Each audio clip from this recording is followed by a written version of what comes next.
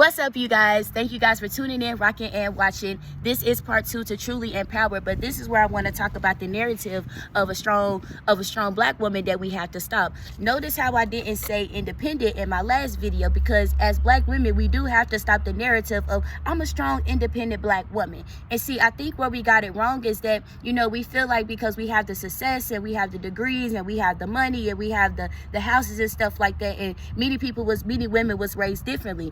And so the whole strong, independent black woman, and many of you guys may not like what I'm saying, and many of you guys may not agree with what I'm saying. And if I'm not, all the way right there on the nail with it, somebody help me out, because I'm still learning as well too. And like I said, behind closed doors, as I do a lot of soul searching, I want to help the next woman out as well too. I don't want to leave my women stranded out here. We all been through a lot of stuff. And so this is the thing. For number one, I want to say this as well too before I say what I'm about to say, because this has a big part into what I'm about to say. Us black women, we have been hurt. We have been through a lot of stuff as well too. But we have to take accountability for ourselves, black women, and we have to understand that, life goes on as well too. And the thing about it is that, for my women who call themselves a strong, independent black woman, you understand that you got to keep going, no matter what the case may be, no matter how Tyron did you, no matter what happened, no matter what sister, snaked you out, you have to continue to keep going. And so the thing about it is we have to be open to love just as much as we want to be open to sisterhood as well too. You feel what I'm saying? In order for us to be open to something, we have to be open to what looks like us. And that's another sister as well too. So when we uplift the next sister, we're not laughing at her because she got cheated on by Tyrone. We're not dogging her out because she don't have what you have. She's not gonna because she don't dress how you dress, or because she don't look how you look.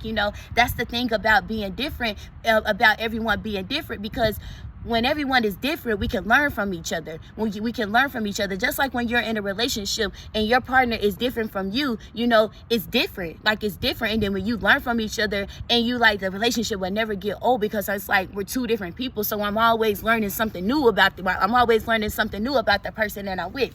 All right, let's get back to women empowerment. So number one, before we get started, we have to be open to love as well too. We have to forgive. That's the number one thing that is wrong with us in the black woman community. We haven't fully forgiven ourselves. We haven't fully forgiven the men that's hurt us. And then the thing about it is we have blamed a lot of men for a lot of our hurt. But the thing about it is that us as women, some of us know right from wrong. We know. And so when we get that gut feeling, we always talk about a woman's intuition. And so many times as black women, this is where the accountability comes in. We don't always trust our intuition as much as we say that we trust our intuition, or as much as we should trust our intuition, we don't.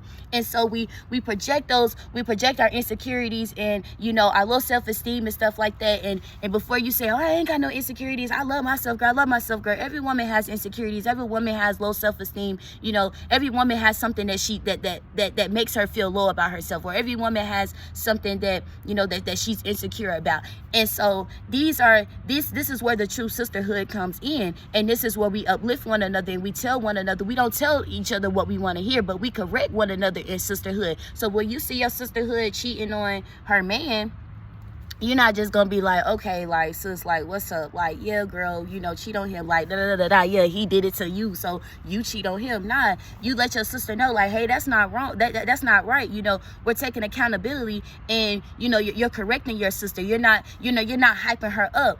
And so going to the narrative, like I said, the whole strong, independent black woman, as you're working yourself up, and the whole meaning of the whole strong, independent black woman right now, as you're getting yourself together and you're working, and you have your business and all of that stuff like that. Yes, you're strong. Yes, you're a boss. Yes, you know how to make money. Yes, you know how to do a lot of things as well too. But that whole thing of when it comes in as black women, where we be like, I don't need a man. Some of y'all about to click off this video, but it's facts. We come in and we say, I don't need a man, but you're not realizing is that those things that you have to do, like you have a car, you have a house, and all of that stuff, that's necessary right now. Of course you need that stuff. How else are you going to get to work?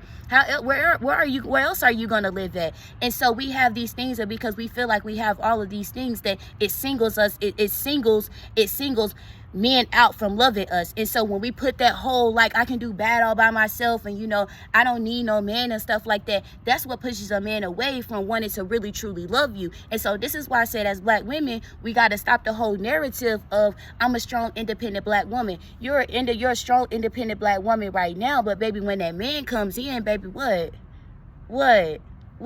And you be like, I don't need a man, and I don't want to be married. Marriage isn't for everybody.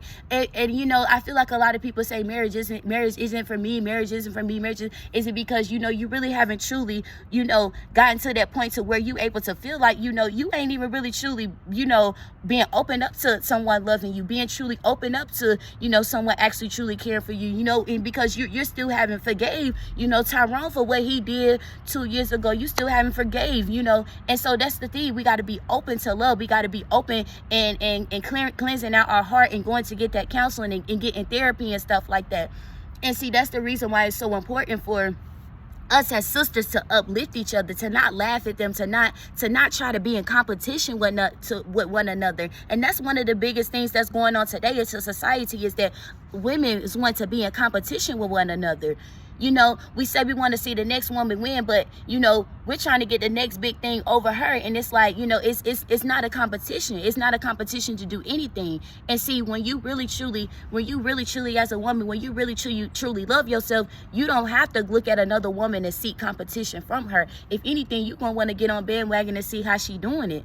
Or if you see someone else that's lacking, another woman that's lacking, you're going to want to be like, hey, sis, like, come on, let's go. Like, and don't be calling another girl sis if you know you really don't mean it. If you know you don't really like another woman, and you know she's not really your cup of tea, you know, it ain't meant for you to be talking about her and downplaying her like that. You know, just move around. And so I do have some more that I want to, you know, kind of say and bring to this topic as well too. But this is all that I have to say, you guys. I just want us women to kind of just be aware, and, you know, be aware, really be aware, because, you know, we say a lot of stuff, and we say a lot of stuff many times because us women, we are very, very emotional. And many women, we say things in sometimes when we are emotional, and sometimes when our emotions is skyrocket, we could say the wrong thing, and then later one down we kind of like regret it, and you know, whoever we done said it to, you know, maybe they may not forgive us, or they may just be done moved on. So what I'm just saying to you women is, don't miss your blessing, don't miss your opportunity in life, don't miss that friendship that you could have, don't miss that relationship that you could have, don't miss that marriage that you could have. You know, I'm not all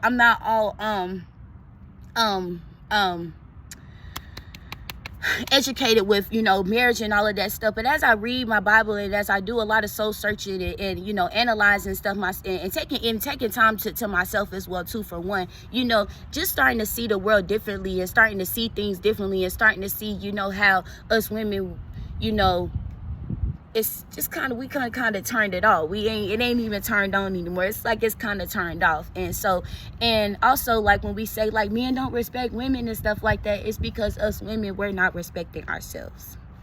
I love you guys, and thank y'all for rocking with Life Aspects with Visionary Rose. This was a hard message to do. Kind of getting like a little emotional, because as a black woman, you don't want to be perfect, but you want to make sure that in the world that we're living in today, and so in the world that you're living in today, is that you making sure you putting your best foot forward, you making sure that you breaking the generational curses. You know, you may have, you know, not had your mom around as a woman, and so you want to be better than your mom. You want to be able to, you know, break those curses, you know, show that love. Maybe you want to be able to have that 2-parent home that you didn't have growing up. And so it starts now. It starts with us. It starts with accountability. It starts with loving ourselves as well too. It starts with being open. Number one, trusting God, putting him all in that, all in that as well too. Seeking God for one. And so when we see God, he'll give us the rest. But as number two, we got to be open to it. We got to be open to it, open to the love, open to the support, open to the true sisterhood that we have, because it's very, very important. I don't want you guys to miss out. I know for a fact I don't want to miss out on what God has for me, or what this world has for me, or what true sisterhood has for me, or what the marriage has for me, or what the relationship has. I don't want to miss out on it, and I don't want you as my sister to miss out on it. I love you guys, and thank y'all for rocking with Life Aspects with Visionary Rose. Grace and love.